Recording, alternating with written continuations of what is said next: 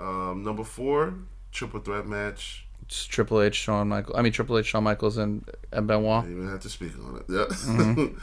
Oh, there you got that. 100% deserving. It was number 4. That was number 4. Unbelievably deserving. It does belong in the top 5. Yeah. It's the best triple threat. So we talk about triple threats. It is the one that gets called to mind a lot. And it's tough because of the whole Benoit thing that, people don't want to talk about it. But when you speak about the man's body of work, it's stellar. When you speak about the man, that's a different story. It belongs, believe me. Because I think the only other triple threat that comes to memory, actually there's 2 of them, that come to memory, and they're both different eras too, is the triple threat call. I think it was called Vengeance. It was Taker, Rock, and Kurt Angle for the undisputed title. It was phenomenal. Yeah, when Rock won to be a sacrificial lamb to Brock Lesnar. But yeah, it was unbelievable. That is probably one of the best triple threats I've ever seen. And the other triple threat that I think is still one of the best ones I've seen in years has Brock, Cena, and Rollins at Royal Rumble. Not bad. So yes, this belongs 100%. It's phenomenal. Yeah. All right, so this is getting easier to guess. Okay, yeah. Number 3. I forgot what we were calling this era then, if we were even calling it anything. It's a singles match. You can say modern if it's past Ruthless Aggression. So I'd say it's modern. Okay. How long did Ruthless Aggression last for? I think it was like 2002 to like 2005-ish, we'll call it. Yeah, the modern. Okay. Before PG era. Okay. Modern before PG, okay. Singles match. Title? No title. There was a stipulation, though. Give me the stipulation. I can't give you that. Okay, then tell me what brand. Raw. Really? Mm-hmm. Let me think. Oh, I already know what it is. What you got? Shawn Michaels versus Ric Flair. Oh, damn. Yeah, this is becoming very easy. Yeah. It's becoming very, very Well, as very soon as you easy. said stipulation, I started thinking about like all the biggest stipulations, and I was like, what was the biggest stipulation there could be? Which is retirement. So, Ric Flair. Yes, absolutely. Totally deserving. Well, number 2. Match made me cry. It was so beautiful. It was so well done. What followed that? Oh, was that? It was Randy and No, Randy and Triple H followed Taker and Shawn. Is that Sheamus? Nah, Sheamus. No. Are you asking what followed it on the card? Yeah. Randy, Cena, and Triple H triple threat took place in Florida. Yeah, and they all came out with the trumpets and stuff. They sang Cena to the ring. Yeah. I don't remember if this took place after that match, because the main event of this pay-per-view, again, rightfully so, was Edge versus Undertaker. Mm-hmm. I love this WrestleMania. That's why I know it so well. Oh, okay. And I was very big into the Age of Orton. I was like the only happy person in my household watching it. Like everyone else was so pissed that Orton won. Oh God, Flair and Michaels was so. Not only does this deserve its spot for the match itself, but the promo work leading up to this match. I think I said this from like day one of our first episode when we were talking about best promos. This was like my number 1 promo. The Old Yeller promo is probably one of my favorite promos of all time. Okay.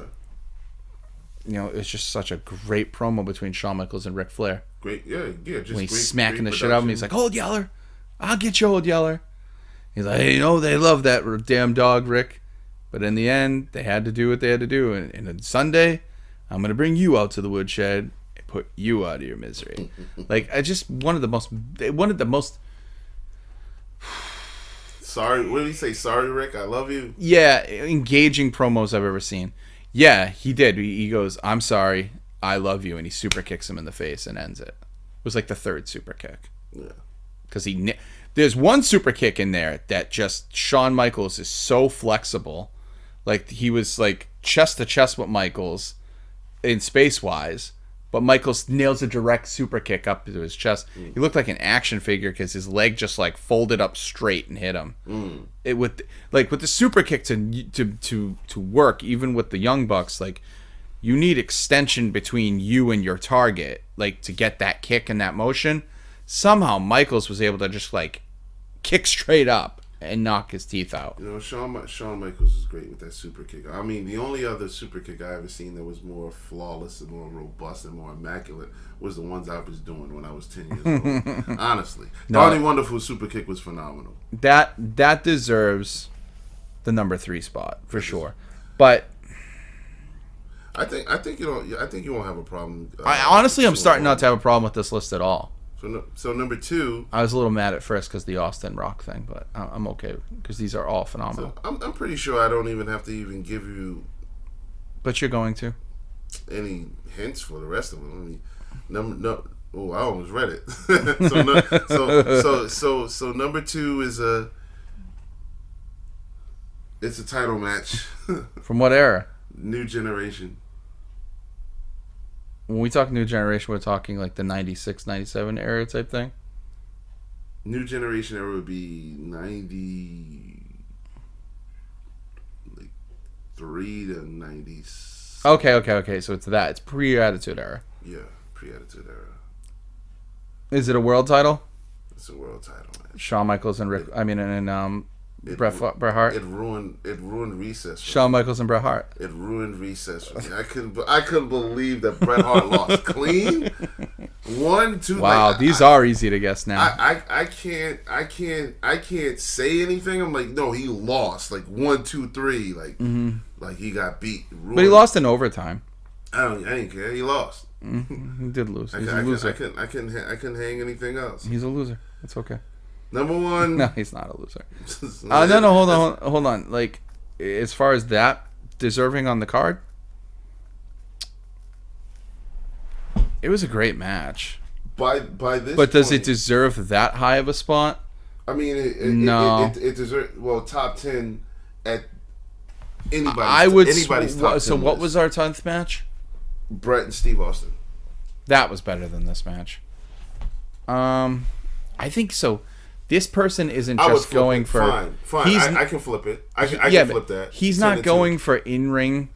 He's going for the entire package, the history, the spectacle. Then I can flip it. And he's going for the in-ring too. Because I've noticed that every one of these all have amazing in-ring qualities, with the exception of Hogan Andre. They all have amazing quality. So I can see where this guy's coming from. It's number 2 though. I would have put. I can put Bret and Stone Cold as number 2. Yeah, I could do that. I can put this Iron Man match as 10. Yeah, definitely. But then, so what we're saying, because the Iron Man match was good, but I've seen better Iron Man matches since then. Not before then. Not before then. You're right. Well, I mean, because it was the Iron Man match for us that grew up watching WWF was a new concept. They were having great Iron Man. Yeah, with Ric Flair and Ric Flair. And Steamboat. Ric Flair and Steamboat had great Iron Man. Yeah, like they had multiple, like Ric Flair and Steamboat used to wrestle on the circuit, even like house shows, non-televised, having Iron Man matches. Exactly. He would do an Iron Man match like once a week. Exactly. You know what I mean? And they were marathons. But for this, like, those two were the best pairings. Yeah, and this was for the championship. So yeah, back then when the championship meant something, it definitely meant something. Okay, I'm all right with either or. I'm okay. It's really high up there because, like I said, you know, I gotta be honest. I'm shocked that Shawn Michaels and Razor Ramon isn't on here. The ladder match? Yeah. Yeah. I'm definitely shocked. I mean, anytime if you have a top 10 list, I'm also shocked that Rock and Hogan isn't on here either. Well, it depends on what your criteria is. I don't know. I'm shocked that Rock and Hogan isn't on here. This isn't. Are you sure Rock and Hogan's not on here? It's not. You number got one one more to go. Yeah, it's not number 1. Who's number 1? I don't know. You got to give me the error. I shouldn't have to. You got to give me the error. I shouldn't have. Is it Rock and Hogan?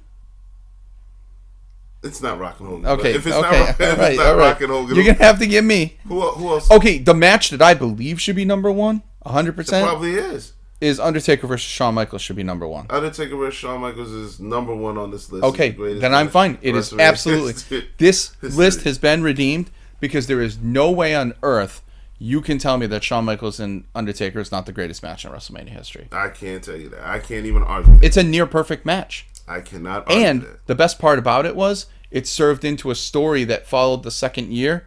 Next year, they ran with this for 4 years. They ran with. It was the next year. No, I mean. Okay, with the whole Triple H and Redemption. Yeah, they ran with it for 4 years. But what I think is, you got to remember, it looked like a botch. Actually, I thought he broke his neck. I thought he was dead. I thought he broke his old ass neck. I thought he was dead, but no. Even like the flip, the back, the somersault, or the moonsault onto the Undertaker into the tombstone. Oh yeah. Like, I mean, it was beautiful, and the fact that they used it as a plot point a year later, where Shawn Michaels said, "I wrestled a near perfect match." He made one mistake, and that was the moonsault. This match is the promos, the entrance, the in-ring. Like, you've seen these guys so many times go at it. You're like, what new could they possibly bring to the table at this point? How could this get any better? And they elevated the bar so high that they couldn't top it themselves. So, once again, let me read the I'm list very happy with this list now. Now you're happy with the list. With the honorable mention, I'm a little mad being about Stone that. Cold Steve Austin versus The Rock at WrestleMania X7 or 17 if you prefer. Yep. Number 10, Stone Cold Steve Austin versus Bret Hart, WrestleMania 13. Okay. So I have no problem with changing that. I don't have a problem. Number 2. Number 9, Ricky the Dragon Steamboat versus Macho Man Randy Savage at WrestleMania 3. Yeah. Number 8, Hulk Hogan versus Andre the Giant, WrestleMania 3. Yeah. Number 7, Shawn Michaels versus Kurt Angle, Definitely. WrestleMania 21. Number 6, the Hardy Boys versus Edge and Christian versus the Dudley Boys at WrestleMania 17. Number 5, Brock Lesnar versus Kurt Angle, WrestleMania 19. No.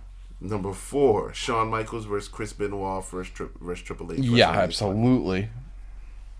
Number 3, Shawn Michaels versus Ric Flair, WrestleMania 24. Absolutely.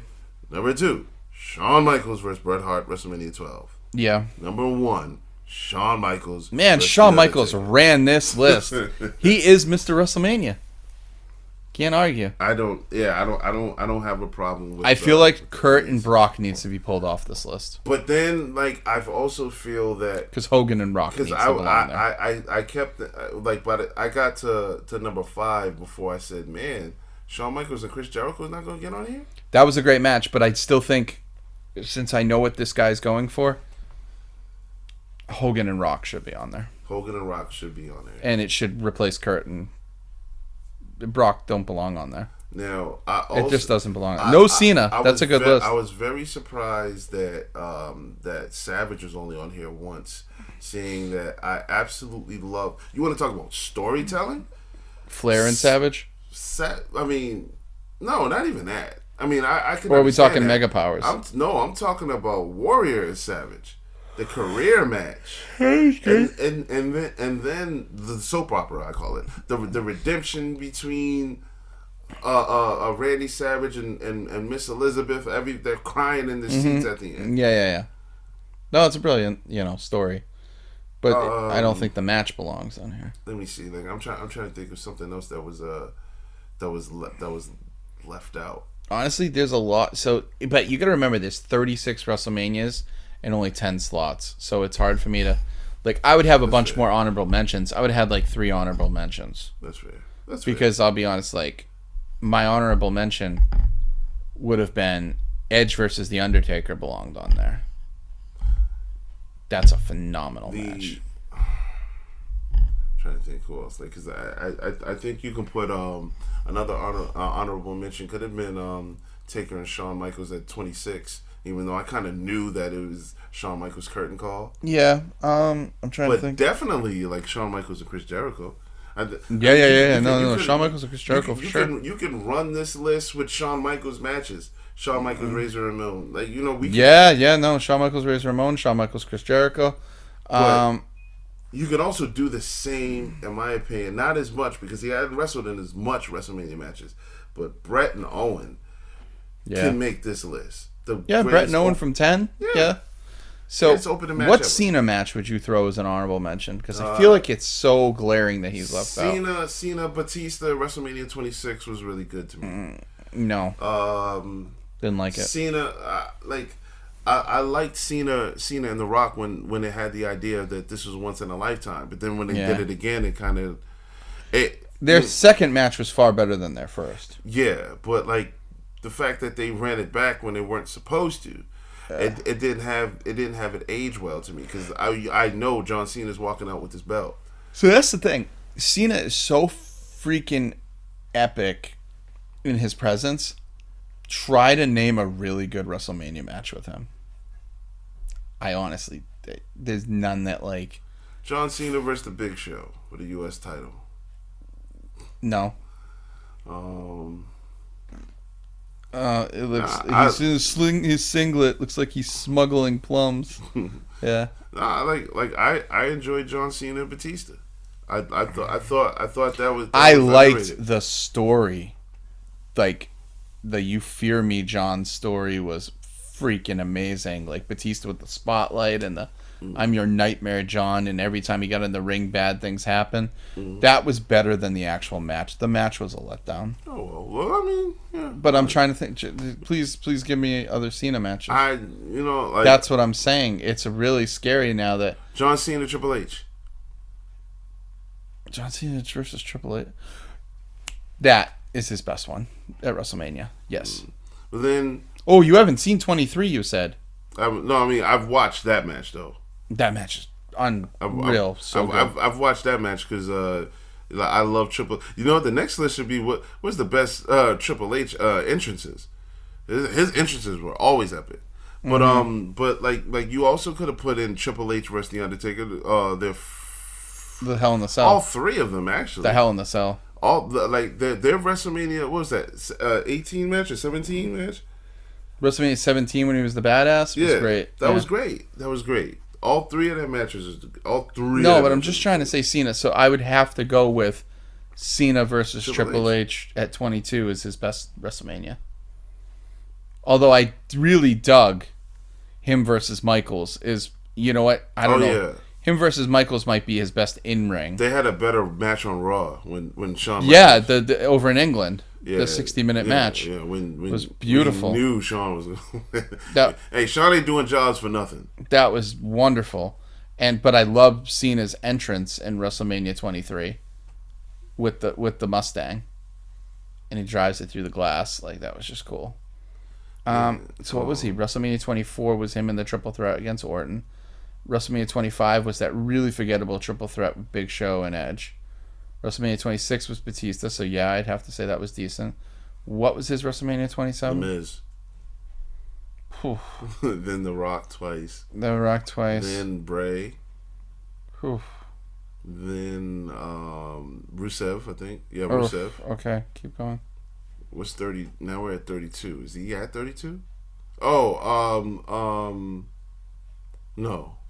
I know 33 is him and Taker. Nikki, but no, Bella. Oh, yep, that's right. Taker was the next year, I think. Yeah, so his best match was Triple H. Wow, when you think of it, you talk about Cena because he's had 16 titles. But now, when you compare his WrestleMania resume to that of the head of the table. Oh, hey. Hold on. Oh, come you on, compare his WrestleMania resume to the head of the table, the tribal chief. Check, please. The defending, reigning Universal Champion. There's not even a question. Look at the marquee that Roman has shared at WrestleMania. I'm packing my bags, y'all. Brock Lesnar. Then it was Triple H, The Undertaker. And how are those matches, by the way?